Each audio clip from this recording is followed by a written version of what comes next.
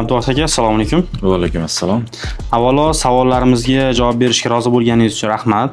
Arzimaydi. Keyin birinchi navbatda bizni ko'rib turgan tomoshabinlarga o'zingizni tanishtirsangiz. Xo'p bo'ladi. Ismi sharifim Abduhamidov Abduvohid Abdusaidovli. 1996-yil Toshkent shahrida ziyolilar oilasida dunyoga keldik. 2015-yilda Toshkent arxitektura institutiga o'qishga kirdik. 2019-yil bitirdik. Yo'nalishimiz qurilish boshqarish fakulteti bo'lgan. 2019-yildan beri shu paytgacha loyihalashtirish, qurilish va development sohalarida ishlab kelyapman. Sizni bu loyihada vazifangiz nima, lavozimingiz? Mani bu loyihadagi vazifam sotuv bo'limi rahbari, ya'ni sotuvga javobgar shaxs. Juda ham yaxshi. Bu Do'stlik City and Mall loyihasini qaysi kompaniya quryapti o'zi? Quruvchilar to'g'risida ham ma'lumot bersangiz. Xo'p, Do'stlik City and Mall loyihasini Soliyev & Co International Holding kompaniyasi ham loyihalashtirgan, ham qurilishini amalga oshiryapti. Holding 2009-yil tashkil topgan. Holding 5 ta yo'nalish o'z ichiga oladi. Bu yo'nalishlar loyihalashtirish, qurilish, ekspertiza yo'nalishi, undan tashqari development, ya'ni qurilishni boshqarish va savdolarni amalga oshirish sohalarini o'z ichiga oladi. Hamda holding o'z ichiga 1000 ga yaqin professional xodimlarni o'z ichiga oladi. Juda ham yaxshi. Soliyev & Co International Holding deb aytib o'tdingiz. Bu loyiha o'zi bundan avval, ya'ni Do'stlik City and Mall loyihasidan avval ham qanaqadir qurilishlar amalga oshirganmi? Albatta, holding 2009-yildan beri shu paytgacha 180 dan ortiq loyihalar amalga oshirgan. Asosan bu loyihalar davlat loyihalari hisoblanadi. Ya'ni holding 17 yil ichida davlat bilan muntazam hamkorlikda ishlab keladi. Davlatni vazirliklari va xususiy sektor ham buni ichiga kirib ketadi. Shu paytgacha davlat miqyosidagi loyihalar ichida Bahodir Jalolov sport maktabi, Svetlana Chusovitina sport maktabi shulardan biri hisoblanadi. U loyihalarga muhtaram prezidentimizning tashriflari amalga oshirilgan. Bu loyihalari ham loyihalashtirilishi, ham qurilishida to'g'ridan-to'g'ri Soliyev & Co International Holding kompaniyasi shug'ullangan. Undan tashqari Toshkent shahri, Toshkent viloyati va qolgan viloyatlarda ham loyihalashtirish, ham qurilish ishlarida, ham development sohasida o'z ish faoliyatini yuritib kelyapti. Juda ham yaxshi. Do'stlik City and Mall loyihasi bugungi kunda qaysi mablag'lar evaziga qurilyapti? Ya'ni aytmoqchimanki, bu loyihani qurish uchun davlat holdingga pul ajratganmi yoki holding o'z hisobidan bu loyihani quryaptimi? Xo'p, Do'stlik City and Mall loyihasini qurilishiga to'g'ridan-to'g'ri holding o'z mablag'lari hisobiga qurilishlarni amalga oshiryapti. Hozirgi kecha kunduzda qurilishimiz etaplarga bo'lingan. Foiz jihatdan olib qaraydigan bo'lsak, loyihani 50% qurilish etapiga ko'tarilgan. Ya'ni umumiy qilib aytadigan bo'lsak, loyihalashtirish jarayonida bilasiz, har bitta loyihani smeta qiymati kelib chiqadi. Ya'ni qiymati. Shu qiymat bizda aniq. U qiymat bo'yicha holding o'z hisobidan mablag'larni ajratgan. O'sha mablag'lar asosida hozirgi qurilish montaj ishlari olib borilyapti. Loyihani qiymati haqida gapirdingiz. Bu loyihani, ya'ni Do'stlik City and Mall loyihasini umumiy qiymati qancha? Loyihani umumiy qiymati 45 million AQSh dollari hisoblanadi. Hozirgi kecha kunduzda loyihani yana modernizatsiya ishlari olib borilyapti. Ya'ni qo'shimcha loyihani rivojlantirishga xizmat ko'rsatadigan loyihalarimiz mavjud. Ya'ni bu qiymat tobora oshib boryapti. Juda ham yaxshi. kommentariyalarda, ko'cha-ko'yda eshitib qolyapman. Do'stlik City and Mall loyihasi odamlarning fikricha bu xalqning puliga qurilyapti. Ya'ni kimdir bu yerdan do'kon yoki uy olyapti. O'sha olgan pulinglarni evaziga quryapsizlar degan turli mish-mishlar yuribdi. Bu savolga oydinlik kiritsangiz, o'zi bu loyiha qanchalik xalqning puliga qurilyapti? Agar bu loyihada do'kon yoki uy sotilmagan taqdirda ham bu loyihani yakunlashga moliyaviy salohiyat yetadimi? Xo'p, Azimjon, hozir aytib o'tganimdek, bu loyihani bichiga qadar hisoblangan mablag'lar xolding tomonidan ajratilgan shaxsiy hisobidan. Endi bu savolingizga javob berish uchun oldin bitta narsaga aniqlik kiritib olishimiz kerak. Loyihani bilasiz, mega loyiha hisoblanadi. Ya'ni vodiyda, ya'ni umumiy respublika miqyosida olib qaraydigan bo'lsak, analogi yo'q loyiha hisoblanadi. Loyihani umumiy maydoni 15 gektar hisoblanadi. 15 gektar hududga 3000 dan ortiq savdo nuqtalari qurilyapti. Endi hozir qurilishimiz 3 yilga mo'ljallangan bo'lsa, savdolari nega ochdik, nimaga hozir savdo jarayonlari boshlandi? Ya'ni kompaniya oldin o'z mablag'laridan qurib bitqazib, keyin sotuvlarni ochsa bo'lardi-ku degan savollar bo'lishi tabiiy. O'zi siz bergan savollar ham shu savol negizida turibdi. Savdolarni ochishga eng katta sabablardan bittasi bu hozirgi kecha kunduzda eng qimmat resurs vaqt hisoblanadi, bilasiz. To'g'ridan to'g'ri borib vaqtga taqaladi. Nimaga? Loyihani umumiy bitishi 3 yilga mo'ljallangan bo'lsa, tasavvur qilib ko'ramiz. Holding o'z mablag'laridan loyihani bitirdi. Bitirgandan keyin 3 yil vaqtimiz ketdi qurilish o'ziga. Endi u savdo do'konlarini sotuvini realizatsiyasini qilishimiz kerak. Bilasiz, sotuv jarayoni ham o'ziga yarasha vaqt talab qiladi. Ya'ni men o'zimning tajribamdan kelib chiqadigan bo'lsam, bu masshtabdagi do'konlar sotuvi 2 yildan 3 yilga qarab cho'zilish ehtimoli juda yuqori.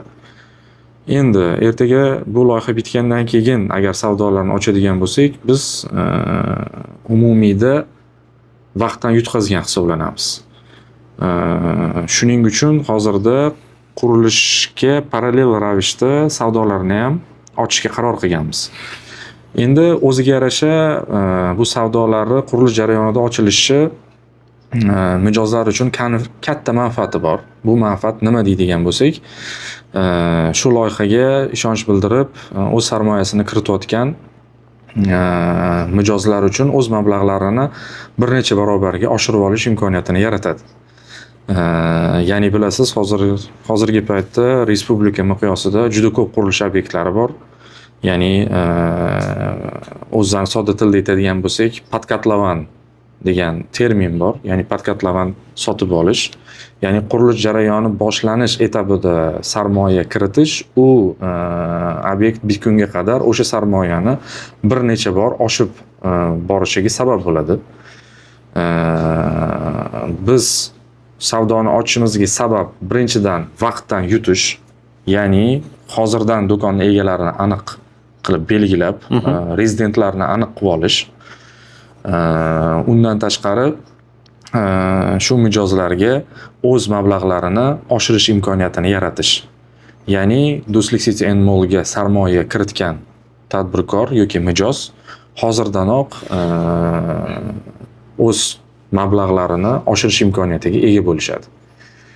Bu to'g'ridan to'g'ri bizda ham vaqt iqtisodiyoti, bundan tashqari do'konlarni o'z egalariga vaqtidan oldin topshirish imkoniyatini beradi. Ya'ni hozirgi kecha kunduzda 180 dan oshiq do'konlarimiz hozir tayyor, egalariga topshirdik. Egalari hozir do'konlarni remont ishlarini boshlashgan. Undan tashqari sentyabr oyiga yana 360 ta do'konni topshirish reja qilib turibmiz. Xudo xolasa loyihani umumiy bitish muddati 2027-yil 4-choragiga bo'ladigan bo'lsa, biz 2027-yil 4-choragini kutib o'tirmasdan etaplarga bo'lib, hozirdanoq do'konlarni o'z egalariga topshirib, ishlarini yurg'izish imkoniyatini bermoqdamiz. Menimcha umumiyda savolingizga javob berdim deb o'ylayman. Juda ham yaxshi. Do'stlik City Mall loyihasini o'zi qurilishi qachondan boshlandi? Bu loyiha qancha maydonga barpo etilyapti? Qancha muddatda bitadi o'zi bu loyiha? Xo'p, loyihamiz umumiy maydoni 15 gektardan iborat bo'ladi. Loyihamizni qurilishi 2025-yil sentyabr oyida boshlangan, ya'ni start berdik. Hozir aytib o'tganimdek, loyihani umumiy bitishi 2027-yil 4-choragiga belgilangan va o'sha muddatga muhtaram prezidentimiz tashriflari belgilangan. Bu loyihani hozirda qachon bitishini aytib o'tdingiz. O'zi bu loyihani vaqtida bitirish uchun qanaqadir nazorat bormi? Ya'ni so'ramoqchi bo'lganim, sizlar 2027-yilning oxiriga bitiramiz deyapsiz. Bu qanaqadir marketing hiylasi emasmi? Ertaga aynan shu vaqtgacha bitirish uchun o'zi nazorat qilinadimi bu narsa? Albatta, nazoratsiz bo'lmaydi. Bu savolingizga birinchidan Solivenko International Holding kompaniyasini o'zini ish yuritish prinsipi, qadriyatlari mavjud. Ya'ni o'sha qadriyatlardan bittasi, prinsiplardan bittasi o'sha obyektlarni o'z vaqtida sifatli o'z egalariga topshirish hisoblanadi. Loyihani 2027-yilning 4-choragiga bitgunga qadar bo'lgan ish jarayonlarini biz ish grafiklarini tuzib chiqamiz. Ya'ni hozirgi kecha kunduzda Allohga beadad shukr, quruvchilarimiz shu ish grafikidan 5 oy oldinda ketishyapti. Biz rejamizdan kelib chiqib 2027-yil 4-choragiga loyihani to'laqonli topshira olamiz. Hozir binoga kirishda ko'rdim, devorga driver loyiha so'zi yozib qo'yilgan ekan. Bu so'zni boshqa joyda ko'rmaganman. O'zi driver loyiha nima degani? Xo'p, driver loyiha degani, ya'ni iqtisodiyotda shunaqa termin bor, driver degan, ya'ni oldinga harakatlantiruvchi degan ma'noni anglatadi driver so'zi. Bu maqom to'g'ridan to'g'ri qaysidir loyihaga davlat tomonidan, ya'ni hokimiyat tomonidan shu maqom beriladi. Bizning loyiha ham xalqaro loyiha hisoblanadi, bilasiz. Ya'ni O'zbekiston, Tojikiston, Qirg'iziston o'rtasidagi xalqaro loyiha hisoblanadi.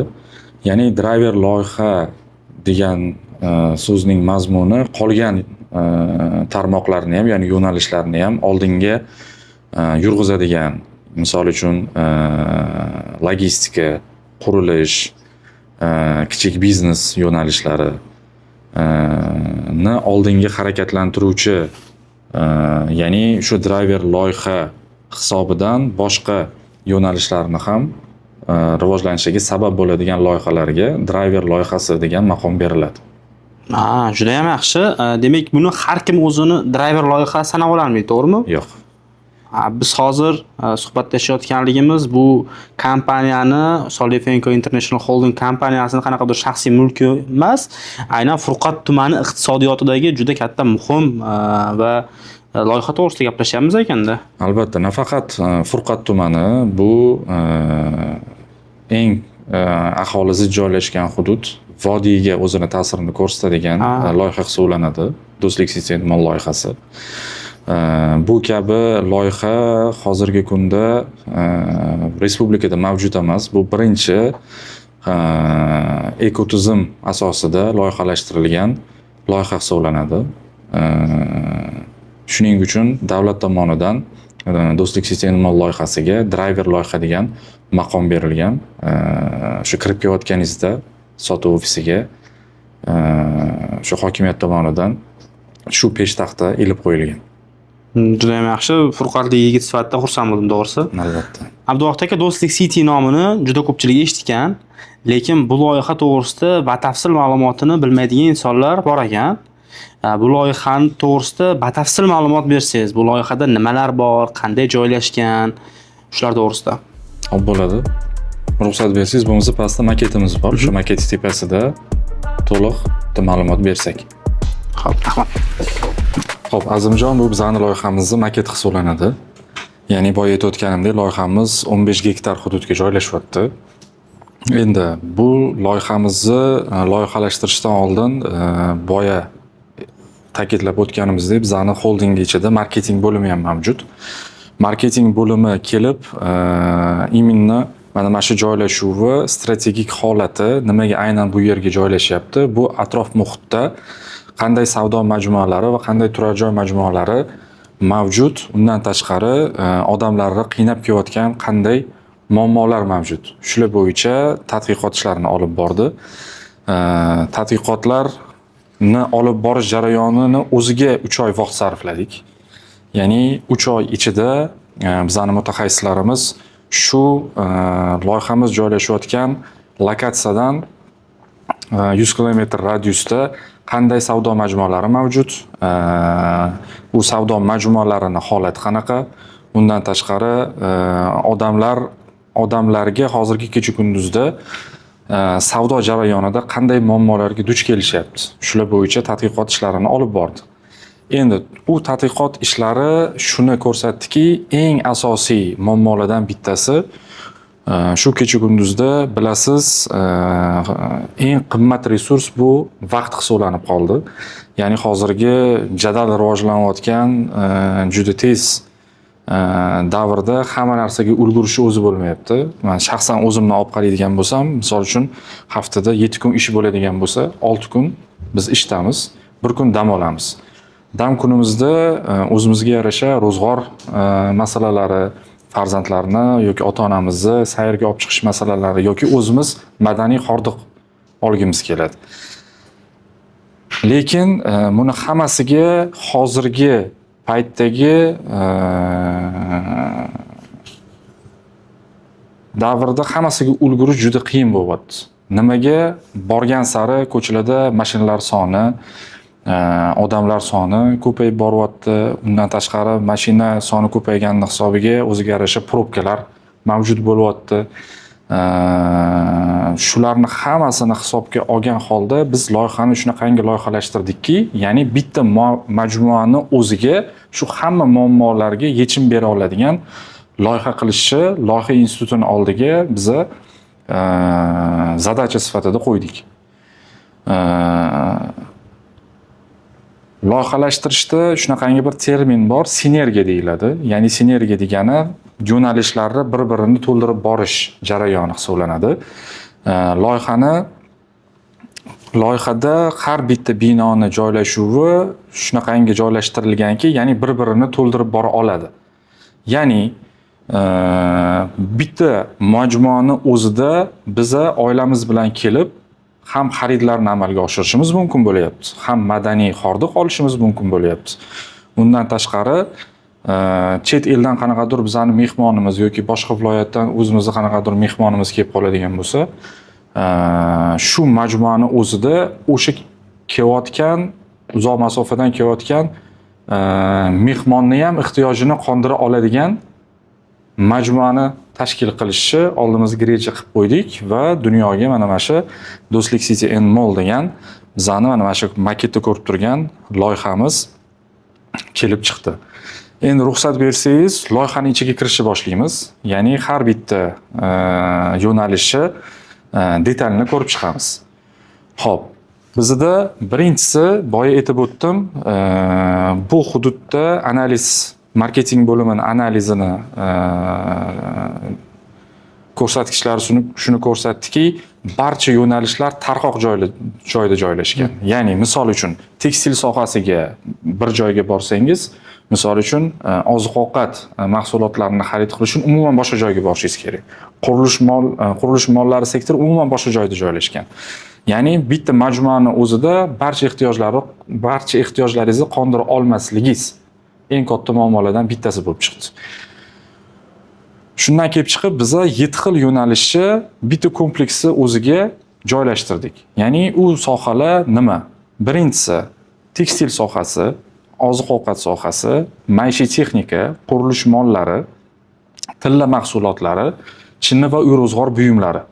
Asosiy yo'nalishlarimiz shu yo'nalishlarni o'z ichiga oladi. Endi bu yo'nalishlarning ichida bu hududda eng rivojlangan sohalardan bittasi bilasiz, bu tekstil sohasi hisoblanadi. Shuning uchun savdo majmuasini katta qismini biz tekstil sohasiga ajratdik. Ya'ni tekstil sohasi o'z ichiga 360 ta do'konni oladi. Tekstil sohasi ham yo'nalishlarga bo'linadi, bilasiz.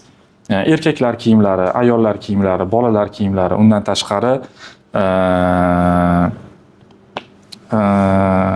metrlab sotilinadigan materiallar, parda va u yog'i o'sha tekstil aksessuarlari mahsulotlari hisoblanadi.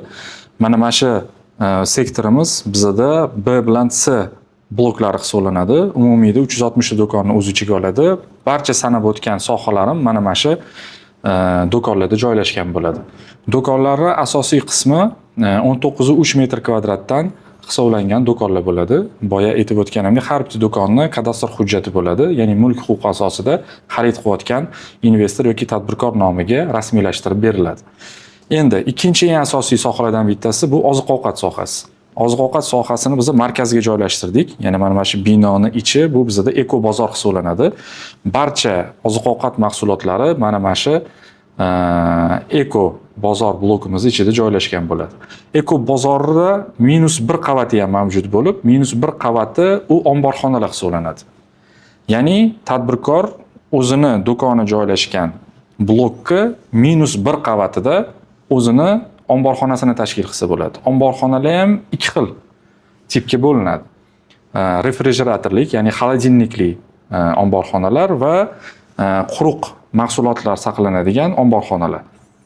Ya'ni bu yerda mahsulotlar xavfsizligiga ham katta e'tibor qaratganmiz. Ya'ni bilasiz, oziq-ovqat mahsulotlarini o'zini muddati bo'ladi. O'zini saqlash normalari bo'ladi. Ya'ni loyihada shu normalarga ham ahamiyat qaratib, -1 qavatda o'sha refrigeratorlik, xolodilniklik omborxonalar ham mavjud va quruq mahsulotlarni saqlash uchun omborxonalarni ajratganmiz. Omborxonani ob'yomini ko'zimiz oldimizga keltirishimiz uchun hajmi jihatidan 260 ta vagon mahsulotini bir vaqt o'zida saqlash imkonini beradi. Endi bu sektorga o'tadigan bo'lsak, bu yerda bizda 3 ta blokimiz, ya'ni B7 dan B9 gacha bo'lgan bloklarimiz bizda chinni va uy ro'zg'or buyumlari, ya'ni uyimizda kundalikda ishlatiladigan mahsulotlarimiz mavjud, bilasiz. O'sha mahsulotlar uchun ajratilgan bloklarimiz hisoblanadi. Uni oldidagi 9, 10, 11, 12 bloklarimiz bizda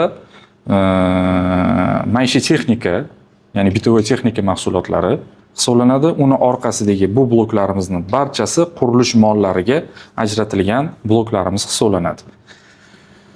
Endi Azimjon markazga ahamiyat qaratamiz. Markazda bizda savdo markazi, ya'ni molimiz joylashyapti. Molimiz o'z ichiga zamonaviy brend mahsulotlari, undan tashqari bank xizmatlari, avtosalon, ikkinchi qavatida food courtlar, qishki bolalar o'yingohlari, kinoteatrlari o'z ichiga oladi. Ya'ni qishki paytda ham biz oilamiz bilan kelib, shu majmuani ichida ham xaridlarimizni qilishimiz mumkin bo'ladi, ham oilamiz bilan maroqli dam olishimiz imkoniyatini yaratadi. Endi asosiy yo'lli yuzida joylashgan bu ikkita blokimiz, bu bizda universal bloklar hisoblanadi. Universal bloklarimiz 2 qavatdan iborat bo'lib, bu yerda A1 dan A6 gacha bo'lgan bloklarimizni birinchi qavati universal do'konlar, uni ikkinchi qavati tilla mahsulotlari. Ya'ni ayollarimiz eng sevgan yo'nalishlaridan bittasi tilla majmuasi, ya'ni tilla markazini ham tashkil qilganmiz. Barcha tilla mahsulotlarini mana shu yerdan kelib xarid qilishlari mumkin bo'ladi. Endi A7 dan A12 gacha bo'lgan universal do'konlarimizni birinchi qavatlari universal, o'tdagi tadbirkor xohlagan yo'nalishi bo'yicha tadbirkorligini amalga oshirishi mumkin. Uning ikkinchi qavati yengil maishiy texnika, ya'ni notebook, telefon aksessuarlari, shunga o'xshagan mahsulotlarni sotish imkoniyatini yaratadi. Endi bu bloklarimiz bizda 24/7 ishlash huquqiga ega bo'ladi. Ya'ni yo'l yuzida joylashgan bloklarimiz. Endi boyagi mavzuga qaytadigan bo'lsak, marketing tadqiqotlari to'g'risida gaplashdik. Marketing tadqiqotlaridagi eng katta muammolardan ikkinchisi bu hozirgi mavjud savdo majmualaridagi avtoturargohlar masalasi. Ya'ni avtoturargohlar masalasi juda muammo. Unga ham biza yechim berib ketdik. Qanday yechim berdik? Biza savdogarlarni bo'ldik. Ya'ni savdogarlarga alohida avtostoyanka qildik. Mana shu binoyimiz 5 qavatli avtoturargoh hisoblanadi. O'z ichiga mingdan oshiq avtomobillar joylashtira oladi. Ya'ni tadbirkor ertalab keldi, shotga o'ziga belgilangan joyga avtomobilini qo'ydi, kechgacha ko'ngli xotirjam shu yerda mashinalari turadi. Uning hisobiga perimetr bo'yicha joylashtirilgan 1,5 mingdan ortiq avtoturargohlarimiz kelayotgan mijozlarimizga xizmat ko'rsatadi. Ya'ni mijoz kelib mashinasini qo'yishga joy topishdan qiynalmaydi. Bu ham hozirgi paytdagi eng katta muammolardan bittasi. Shu tarzda biz bu muammoga yechim qildik loyihalashtirish jarayonida. Endi marketing tadqiqotlari yana 3-chi muammoni ko'rsatdiki, hozirgi paytda bu hududdagi bolalar uchun bog'lar, ya'ni parklar muammosi. Ya'ni parklar yo'q emas, bor, lekin zamonaviysi yo'q. Ya'ni oilangiz bilan kelib, bolalaringiz bilan kelib zamonaviy attraksionlarda hordiq chiqarish imkoniyatiga ega emassiz. Hozirgi formatdagi ko'p parklarimizda yo attraksionlar juda kam, yoki o'sha eski tuzumdan qolib ketgan hali ham attraksionlardan foydalanib kelishmoqda. U hozirgi xavfsizlik darajasiga ham javob bermaydi, zamon talabiga ham javob bermaydi. Hozirgi bolalarni bilasiz, juda rivojlanib ketishyapti. O'shanga ahamiyat qaratasiz. Biza loyihani ichiga 2 gektardan oshiq hududga biza istirohat bog'ini joylashtirdik.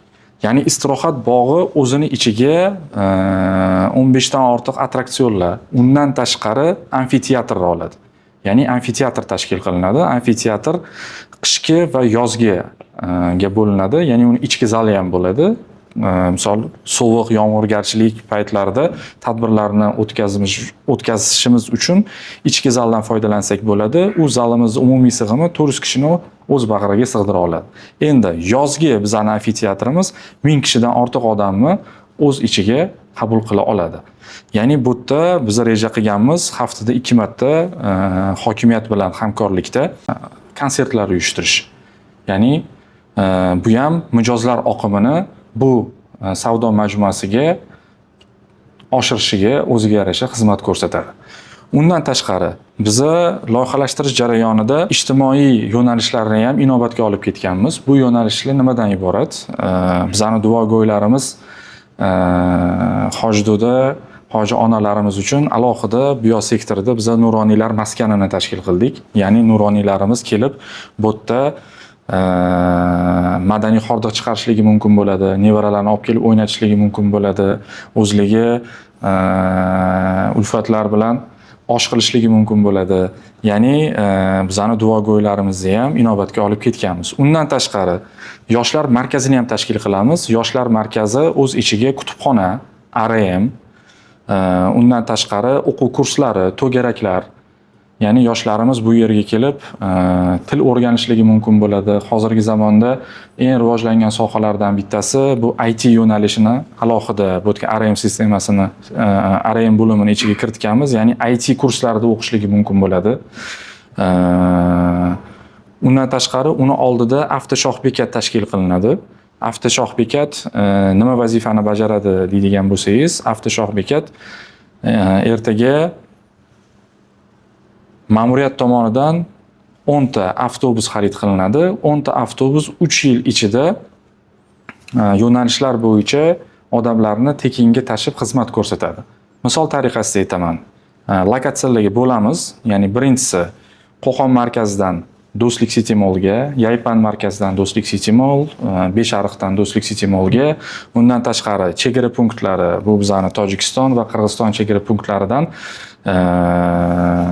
odamlarni tekinga 3 yil mobaynida tashib xizmat ko'rsatib berishadi. Bu ham o'ziga yarasha bu yerdan do'kon xarid qilgan do'kon egalarini savdolarini oshirishiga xizmat ko'rsatadi.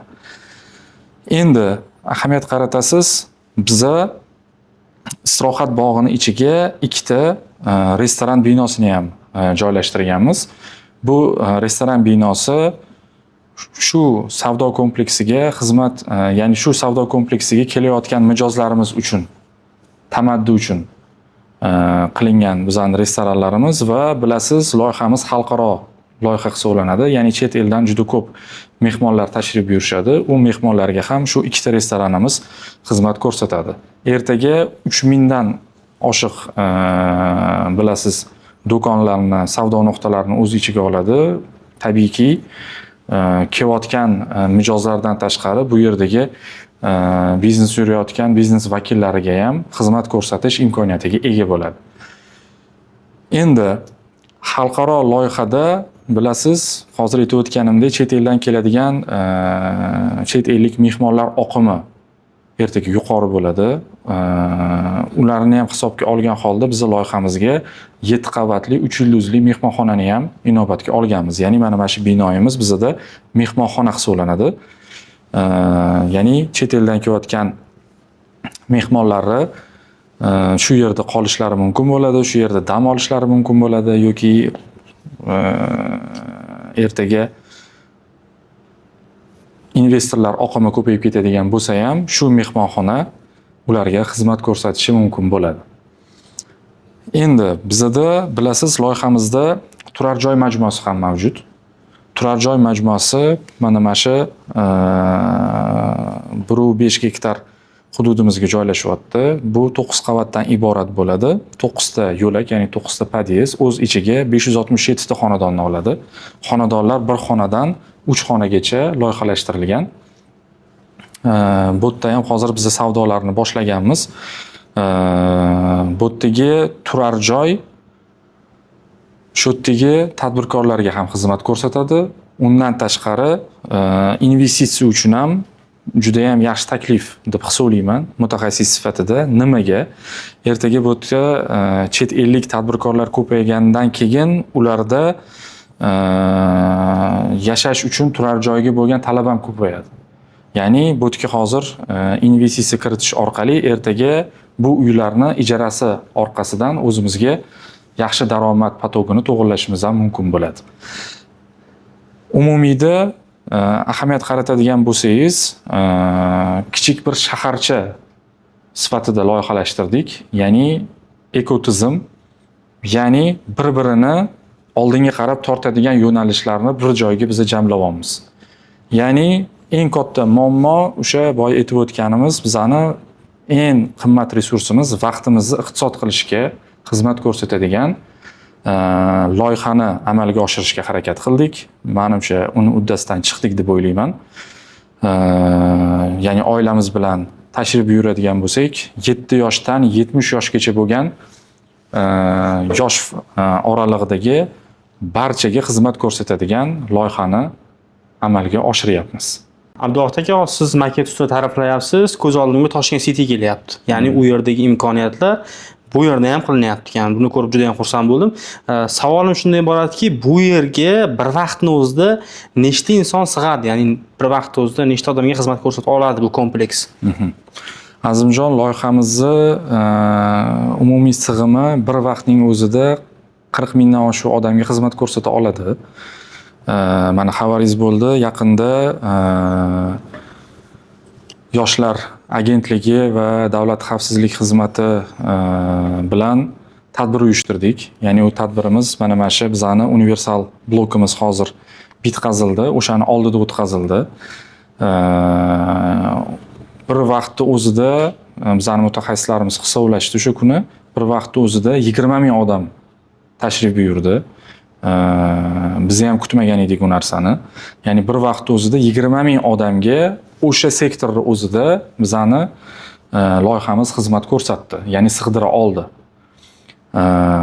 Endi bu narsa nimani ko'rsatadi? O'sha kungi o'tkazilgan tadbirlardagi odamlarning oqimi har qatda bu hududda bu kabi majmualarga talab borligi bu birinchisi. Undan tashqari odamlarga ertaga shu amfiteatrni bekorga loyihalashtirmaganimiz, ya'ni har qat'iy talab bor.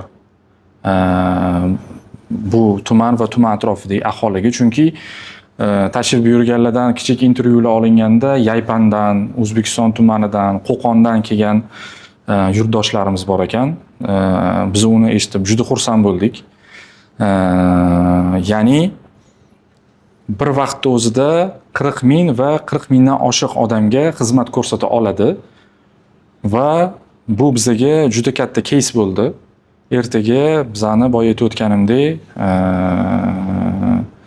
bozor ma'muriyati qoshidagi marketing bo'limi shu tarzda trafikni, ya'ni mijozlar oqimini bu markazga xudo xolisa bemalol to'g'irlay oladi. Bu narsa bu yerdan do'kon xarid qilgan tadbirkorlarni savdosini bir necha barobar oshishiga xizmat ko'rsatadi.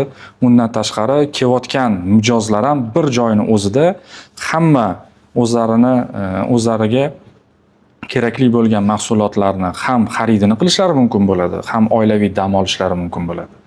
Abduvohid aka, bu kompleks butunlay bitgandan keyin nafaqat Furqat tumani, balki butun Farg'ona viloyatining iqtisodiga qanchalik ta'sir qiladi bu loyiha? Xo'p, loyihamiz masshtabi bo'yicha asosan birinchi navbatda Furqat tumanining urbanizatsiyasini rivojlanishiga asosiy xizmat ko'rsatadi, ya'ni tumanning shaharlashuvi. Bu yerga bo'ladigan ertaga investitsiya oqimi, undan tashqari yangi ish o'rinlari, ya'ni boya ta'kidlab o'tdik, loyiha driver loyiha, boshqa sohalarni ham oldinga yurg'izishga xizmat ko'rsatadigan loyiha deb ta'kidlab o'tdik. Birinchi navbatda tumanni rivojlanuvi va tuman aholisini ijtimoiy hayotiga to'g'ridan-to'g'ri o'zini ta'sirini ko'rsatadi, ya'ni yaxshilashuviga. Endi viloyat miqyosida olib qaraydigan bo'lsak, birinchisi chetdan keladigan valyuta oqimi oshadi. Bundan tashqari chetdan hozirgi paytda ham mana tojikistonlik, qirg'izistonlik tadbirkorlar, ularga hozir xitoylik investorlar ham qo'shilishgan, ya'ni xitoylik tadbirkorlar ham juda katta qiziqish bildirishyapti. Ular bilan ham hozir biz shartnoma, memorandumlarni imzoladik. Ya'ni yangi sifatli ish o'rinlari yaratilinishi, unga qo'shimcha eng asosiysi investitsiya oqimini oshishiga xizmat ko'rsatadi. Xo'p, Azimjon, hozir bu loyihamizni Furqat tumani va Farg'ona viloyatiga o'zini qanaqa ta'sirini ko'rsatish to'g'risida gaplashib o'tdik.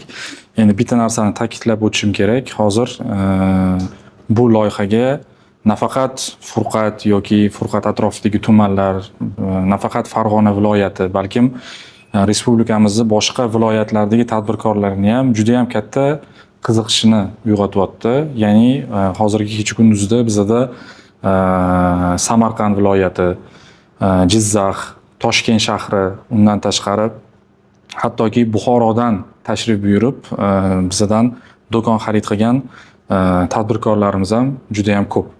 Ya'ni bu nima degani? Loyiha nafaqat viloyat miqyosida, balkim respublika miqyosida ham o'zini ta'sirini ko'rsatishi kutilyapti. Ya'ni boshqa viloyatlardan tashrif buyurayotgan tadbirkorlar bu yerdan do'kon xarid qilib nimani maqsad qilishyapti? O'sha viloyatdagi ishlab chiqarayotgan mahsulotini Do'stlik City and Mall loyihasi orqali chet elga eksportda yo'lga qo'yish. Ya'ni bu Markaziy Osiyo, MDH va Yevropa mamlakatlariga o'z mahsulotini eksport qilish imkoniyatini yaratib bera olayotganligi sababli bu loyihaga qiziqish juda ham katta bo'lyapti. Boya aytib o'tganimdek, bu loyihadan tashqari shu loyihani oldida yana bir bu loyihani maydonidan 2 barobar katta maydonda bir loyiha ustida hozir ishlayapmiz deb ta'kidlab o'tib ketdim. Ya'ni ertaga xudo xolasa u loyihani ham yo'lga qo'yadigan bo'lsak, respublika bu yoqda tursin, Markaziy Osiyoda yagona hisoblanadigan savdo majmuasiga aylanadi, xudo xolasa. Iloyim aytganingiz kelsin. Hozir siz aytgan ma'lumotlarni eshitib xursand bo'lib ketdim. Chunki nima uchun? Bunaqangi katta masshtabdagi loyiha aynan Furqat tumanida qurilayotganligidan xursand bo'lib ketdim. Bir furqatlik inson sifatida juda katta ekan, chunki men sotib ofisiga kirib kelganimdagi tushuncham boshqa edi, hozirgi tushuncham boshqa. Bu yerda 15 gektarda juda ham ko'plab ma'lumotlar, informatsiyalar va yangiliklar bor ekan. Bu narsani mana suhbatimiz hozir ancha cho'zilib qoldi. Ya'ni bir dona gap bilan bitta insonning fikri bilan tushuntirib berish qiyin narsa ekan. Mutaxassis sifatida hozir tushuntirib beryapsiz. Juda ham xursand bo'lib ketyapman. O'ylaymanki, bizni ko'rib turgan insonlar ham bu narsani tushunib yetishyapti. Juda ham ko'rib xursand bo'ldim. Bu narsani tabiiy ko'rgan boshqacha ekan baribir. Internetda ko'rgandan baribir bu yerga kelib, sotib ofisiga kelib, bu muhitni ko'rib, maket ustida bu loyiha bilan tanish emotsiyasi boshqacha ekan. Agar ruxsat bersangiz, bundan keyingi suhbatimizni tepada davom ettirsak. Xo'p, bo'ladi. Marhamat.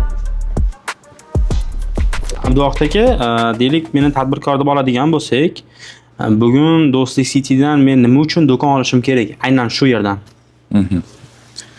Xo'p, Azimjon, Do'stlik City and Mall loyihasi faqatgina 3000 tadan oshuv do'konlar yig'indisidan iborat bo'lgan bozor emas. Ya'ni Do'stlik City and Mall bu yangi formatdagi biznes ekotizimini tadbirkorlarga taqdim etuvchi maydon hisoblanadi. Ya'ni bu loyiha asosan o'z biznesini rivojlantirishni xohlagan, ya'ni xalqaro miqyosga olib chiqishni xohlagan tadbirkorlar uchun yaratilgan biznes ekotizimiga ega yangi ko'rinishdagi savdo majmuasi hisoblanadi. Ya'ni loyiha boya maketda tushuntirib berganim kabi, loyiha o'zini ichiga bir nechta yo'nalishlarni jamlagan va bu jamlanganlik ertaga bu loyihadan do'kon xarid qilgan tadbirkorlarga muntazam mijozlar oqimini ta'minlab beradi. Ya'ni loyiha onlayn formatida ham savdolarni amalga oshirish, undan tashqari qo'shni respublikalarga o'z mahsulotini eksportini yo'lga qo'yish imkoniyati, undan tashqari xalqaro brendlar bilan hamkorlikda ish yuritish imkoniyati, undan tashqari bilasiz, loyihani ertaga o'zini reklama marketing jamoasi bo'ladi. Ya'ni reklama marketing jamoasi bilan har bir tadbirkor hamkorlikda ishlash formatini yo'lga qo'yamiz. Bu to'g'ridan to'g'ri trafik oqimi, ya'ni mijozlar oqimini muntazamligiga olib keladi. Undan tashqari hozirda bizni xitoylik tadbirkorlar bilan bir yangi format ustida ish olib boryapmiz. Bu hozir sirligicha qola qolsin. Bu ertaga tadbirkorlarga katta yangilik bo'ladi. Xudo xolasa, manfaatli yangilik bo'ladi. Ya'ni hozirgi paytda bu format O'zbekistonda mavjud emas. O'sha formatni O'zbekiston bozoriga olib kirayotgan birinchilardan bo'lamiz, xudo xolasa. Umumiyda savolingizga javob berdim deb o'ylayman.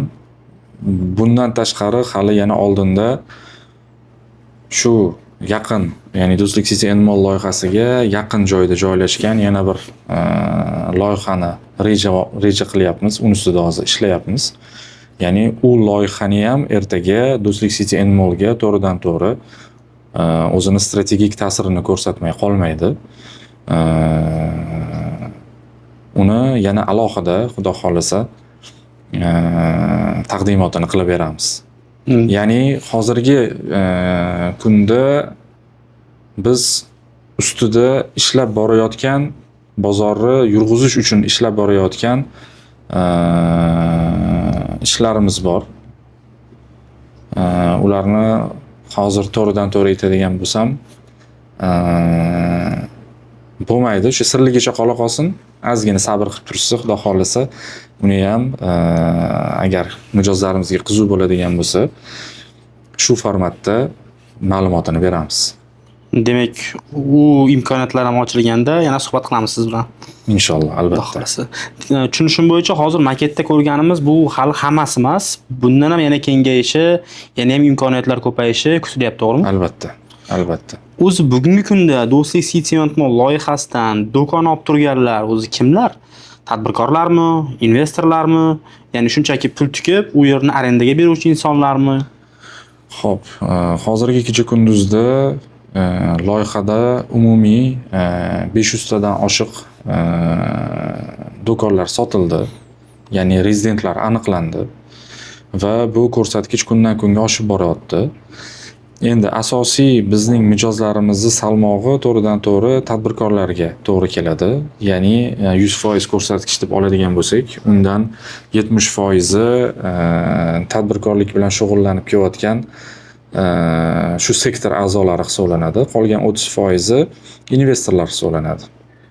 Ya'ni loyihaga hozir investitsiya kiritib, o'z mablag'larini bir necha bor oshirishni reja qilgan investorlar hisoblanadi va qo'shni Tojikiston, Qirg'izistondagi savdo bilan shug'ullanuvchi tadbirkorlar kiradi. Undan tashqari hozirgi kecha kunduzda loyihaga juda katta qiziqish bildirib kelayotgan xitoylik tadbirkorlar hisoblanadi. Ya'ni juda katta qiziqish bor xitoylik tadbirkorlar tomonidan ham. Hozirda bir nechta kompaniyalar bilan shartnomalar, memorandumlar imzoladik.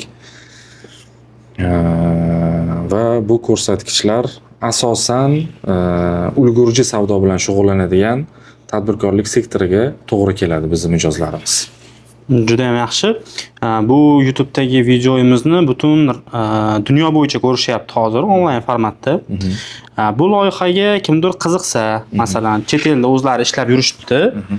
Bu loyihaga qiziqishdi. Pullari bor. Passiv doxod sifatida bu yerdan do'kon olib qo'yishmoqchi. Lekin u insonni har doim bu yoqqa kelishi, u ertaga do'kon bitgandan keyin unga arendator qidirishi, har oy arendani pulini masalan unda arendatordan olishga imkoniyati yo'q. Ya'ni o'sha ijarachidan olishga imkoniyati yo'q, vaqti yo'q. Loyiha rahbariyatini bu masalada ham u insonga qanaqadir yordam bera oladimi? Albatta, yaxshi savol bo'ldi. Ya'ni investitsiya jihatidan sarmoya kiritayotgan tadbirkorlarimizni ertaga sarmoyalarini boshqarish strategiyasini ham tuzib chiqqanmiz. Ya'ni bu loyihani ertaga boshqaruv kompaniyasi yurg'izadi. Ya'ni u kompaniya to'g'ridan to'g'ri Solifenko qoshida ochiladi.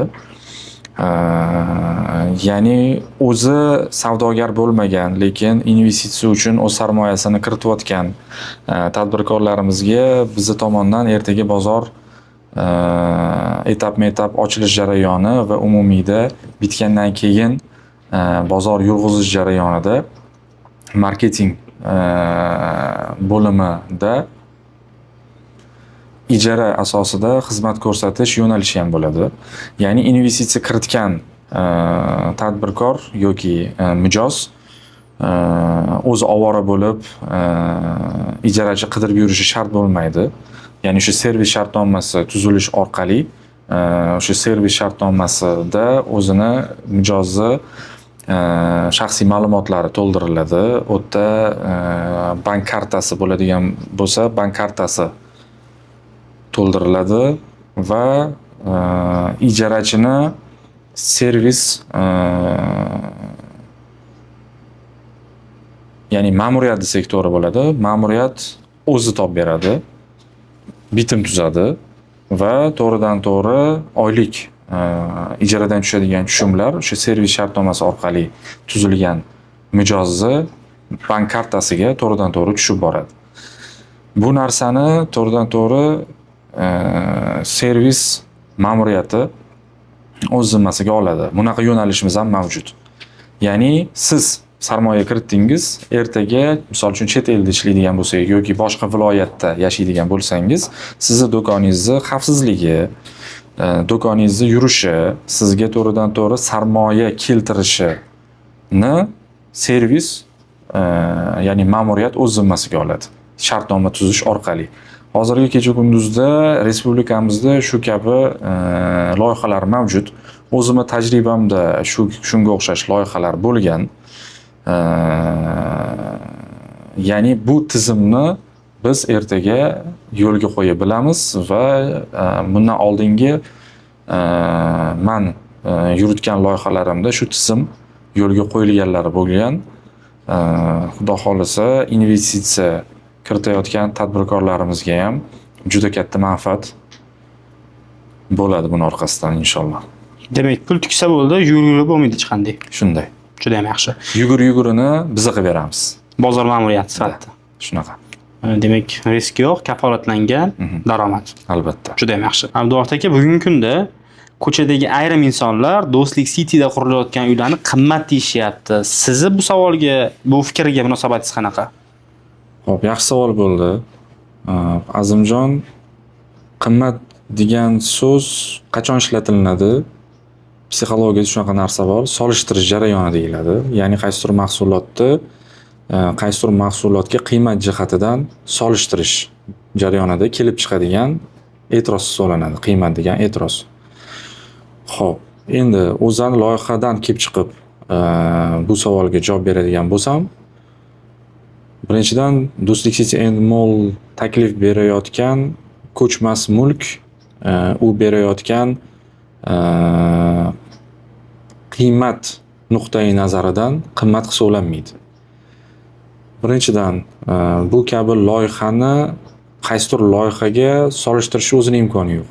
Nimaga? Bu kabi loyiha hozirgi paytda mavjud emas. Qaysi ma'noda? Ya'ni bu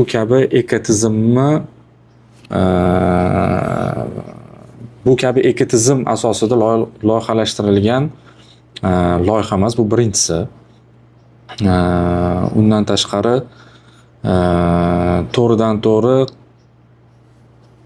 narx shakllantirishda o'sha mahsulotga ishlatilayotgan mahsulotlar qiymati ham to'g'ridan to'g'ri o'zining ta'sirini ko'rsatadi. Ya'ni biz narxni shakllantirayotganda bu atrof muhitdagi narxlarning analizini amalga oshirganmiz. Undan tashqari biz qurilish jarayonida ishlatayotgan mahsulotlarimiz barchasi jahon standartlariga javob beradigan sifatli mahsulotlar hisoblanadi. Ya'ni u ham to'g'ridan to'g'ri bizani kompaniyamizni e'tiqodiga borib taqaladi. Ya'ni mafkurasiga. Soliyev & Co International Holding kompaniyasi qo'l urgan loyihalarda ekonom qilish yoki arzon mahsulot ishlatish degan tushuncha yo'q. Harakat qilamiz barcha mahsulotlarni eng sifatligini ishlatishga. Nimaga? Ya'ni ishlatilayotgan mahsulot to'g'ridan to'g'ri o'sha binoni umriga to'g'ridan to'g'ri ta'sir ko'rsatadi. Soliyev & Co qo'l urayotgan loyihalar bu asrlar davomida xizmat ko'rsatish tamoyili asosida qurilayotgan loyihalar hisoblanadi. Undan tashqari loyihada ish faoliyat yuritayotgan mutaxassislar. Soliyev & Co International Holding kompaniyasi ichidagi mutaxassislar ham eng kami 10 yildan 20 yilgacha stajga ega bo'lgan. Ya'ni shu qurilish, loyihalashtirish, development, savdo yurg'izish sohasida ancha yillik tajribaga ega bo'lgan professional mutaxassislar hisoblanishadi. Bular ham to'g'ridan to'g'ri loyihani qiymatiga o'z ta'sirini ko'rsatmasdan qolmaydi. Endi loyiha, ya'ni bu loyihadan joy xarid qilayotgan mijozga bu yerdan joy olish ertaga nima beradi? Misol tariqasida ozgina tarixga nazar soladigan bo'lsak, misol uchun Toshkentda bilasiz, Toshkent City degan loyihalashtirildi va qurildi. Shu loyihani ochilishida qatnashganman men. O'z ko'zlarim bilan ko'rganman. Ya'ni loyihani ochilishida, taqdimotida loyiha bo'yicha umumiy ma'lumotlar berilgan, loyihaning perspektivasi to'g'risida ma'lumotlar berilgan. Undan keyin savdo jarayonlari boshlanganda mijozlar tomonidan qimmat degan e'tiroz yuzaga kelgan. Mana oradan vaqt o'tdi, loyiha bitqazilindi, qurildi, egalariga topshirildi. Hozirgi kecha kunduzda o'tdagi loyihalarning qiymati juda yuqori darajada oshdi. Nimaga? Analogi bo'lmagan loyiha. Bu bir. Ikkinchidan talab oshdi. Bu ikki. Undan tashqari Toshkent City'da uyi bor inson уже boshqacha status egasiga aylandi. Ya'ni oddiy misol, mana Toshkent City desa, butun respublika biladi hozirgi kecha kunduzda, to'g'rimi? Misol uchun, men sizga Toshkent City'da yashayman desam, sizni miyangizda уже boshqacha statusga ega bo'lgan inson bilan suhbatlashyapman degan fikr paydo bo'ladi. Do'stlik City Mall loyihasi ham to'g'ridan-to'g'ri ertaga shu 5-6 yildan keyin xuddi shu statusni beradi sizga. Ya'ni Do'stlik City'dan do'konim bor degan so'z yuqori qiymatga ega so'z hisoblanadi. Menimcha sizni savolingizga javob berdim deb o'ylayman. Tushunarli. Bugungi kunda ko'ryapmizki, jarayonni o'zimizni Furqat tumanida ham, markazimizda, bundan tashqari Qo'qonda, o'sha yangi bozorda, ya'ni bozorlarda turli buzilish ishlari ketyapti. Va bu jarayonlar atrofida har xil mish-mishlar, gap so'zlar chiqyapti.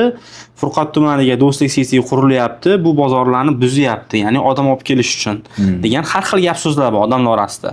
O'zi bu buzilishlarda sizlarning qo'linglar bormi? Yo'q, bu buzilish jarayonlari to'g'ridan-to'g'ri siz aytayotgan o'sha bozorlar, savdo nuqtalarining buzilishi to'g'ridan-to'g'ri o'sha do'konlar yoki bozorlar qaysi tumanda joylashgan bo'lsa, o'sha tuman hokimligi tomonidan amalga oshiriladi. Ya'ni modernizatsiya, hozirgi paytda renovatsiya ishlari amalga oshirilyapti, bilasiz. U to'g'ridan-to'g'ri hokimiyat tomonidan amalga oshiriladi. Endi Do'stlik City Mall loyihasi qaysidir bozorni buzib, bu yoqqa ko'chirib olib kelish uchun amalga oshirilayotgan loyiha emas. Bu alohida yangi ko'rinishdagi tadbirkorlarga yangi savdo formatini ochib berayotgan savdo majmuasi hisoblanadi. Ertaga qaysidir bozorni buzib, bu yoqqa ko'chirib, uni savdogarlarini olib kelish uchun qilinayotgan loyiha emas bu. Bu to'g'ridan-to'g'ri O'zbekistonga chet el valyutasini oqimini oshirish, undan tashqari qo'shni Tojikiston va Qirg'iziston bilan savdo aloqalarini yuqori bosqichga olib chiqish, undan tashqari ichki bozordagi bizni tadbirkorlarimizni savdosini yuqori darajaga olib chiqish, ya'ni u tadbirkorlarning mahsulotlarini eksport salohiyatini oshirishga to'g'ridan-to'g'ri xizmat ko'rsatadigan savdo majmuasi qurilyapti. To'g'ridan-to'g'ri qaysidir bozorni Do'stlik City'ni yurishi uchun menimcha buzilishi yoki unda Do'stlik City loyihasini rahbariyati turgan degan gaplar noto'g'ri gap. Furqat tumanidagi bozorda buzilishiga umuman aloqalar yo'q. Yo'q, Furqat tumanidagi bozori buzilishi bu renovatsiya hisoblanadi. Ya'ni urbanistika, ya'ni urbanizatsiya degan tushuncha bor. Ya'ni shahar, ya'ni tumanni shaharlashuvi, ya'ni hududda rivojlanishi, ya'ni u tuman yoki u shaharni rivojlanishi uchun eski formatdagi qurilish obyektlaridan voz kechishga to'g'ri keladi. Chunki u hozirgi zamonaviy zamon talablariga javob bermaydi. Xavfsizlik jihatidan ham rivojlanish uchun qilinayotgan ishlar bular. Ya'ni Furqat misolida olib qaraydigan bo'lsak, shu markazdagi, shu sentr deyiladi, sentrdagi eski formatdagi do'konlar buzilishi bu faqat shu tumanning aholisiga qo'shimcha komfort yaratish, ya'ni qo'shimcha qulayliklar yaratish uchun xizmat qiladigan ishlardan biri. Do'stlik City'da qurilayotgan do'konlar va uylarni o'zi kadastri bormi? Kadastr berasizlarmi? Albatta, Do'stlik City and Mall loyihasida joylashgan har bir turar yoki noturar ko'chmas mulk obyektini kadastr hujjati mavjud bo'ladi.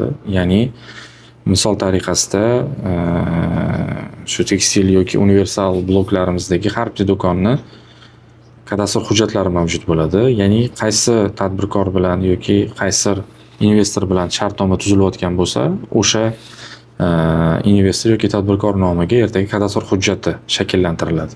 Ya'ni mulk huquq asosida kadastr hujjat shakllantiriladi va u to'g'ridan-to'g'ri mulk huquq asosida u insonga o'tadi.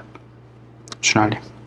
Abduvohid aka, ajratgan vaqtingiz va bergan javoblaringiz uchun rahmat. Agar sizlarda ham qo'shimcha qanaqadir savollar paydo bo'ladigan bo'lsa, albatta izohlarga yozib qoldiringlar. Biz keyingi intervyularimizda albatta bu savollarga ham javob olamiz. Rahmat. Salomat bo'ling.